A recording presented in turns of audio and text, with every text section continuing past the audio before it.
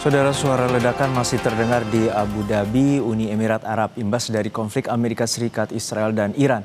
Meski demikian, kondisi di Abu Dhabi, terutama warga negara Indonesia di sana, terpantau aman. Situasi di Abu Dhabi terpantau kondusif pada Rabu pagi waktu setempat.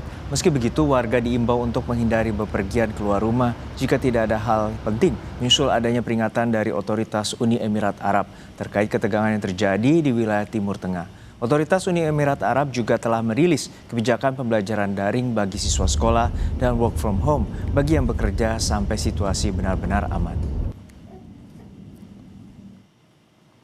Sebelumnya, warga dan ekspatriat di Abu Dhabi berkali-kali menerima notifikasi melalui ponsel mereka yang mengingatkan potensi ancaman rudal. Dalam notifikasi, warga diimbau mencari tempat yang aman, menjauhi pintu, jendela, dan area terbuka, serta menunggu instruksi lanjutan.